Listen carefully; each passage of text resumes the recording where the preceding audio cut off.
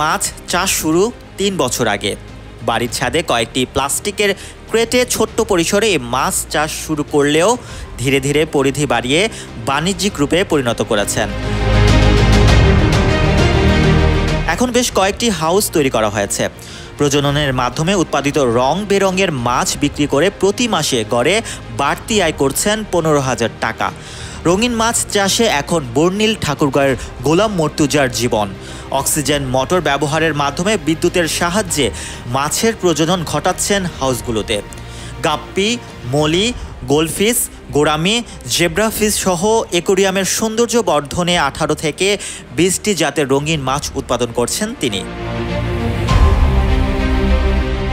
উৎপাদিত প্রতি পিস মাছ ১০ টাকা থেকে শুরু করে ৩০০ টাকা পর্যন্ত দরে বিক্রি করছেন অনলাইন ও বাড়ি থেকে।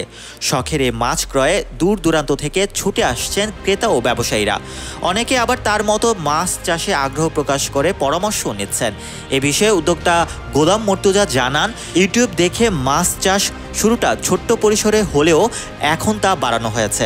মাত্র ৩ বছরে ২০ প্রকারের বেশি মাছ বিভিন্ন জায়গা থেকে সংগ্রহ করা হয়েছে। প্রত্যেকটি মাছ থেকে প্রজনন ঘটানো হচ্ছে। বর্তমানে মাছ বিক্রি করে কমপক্ষে ১৫,০০০ টাকা পর্যন্ত বাড়তি আয় হচ্ছে।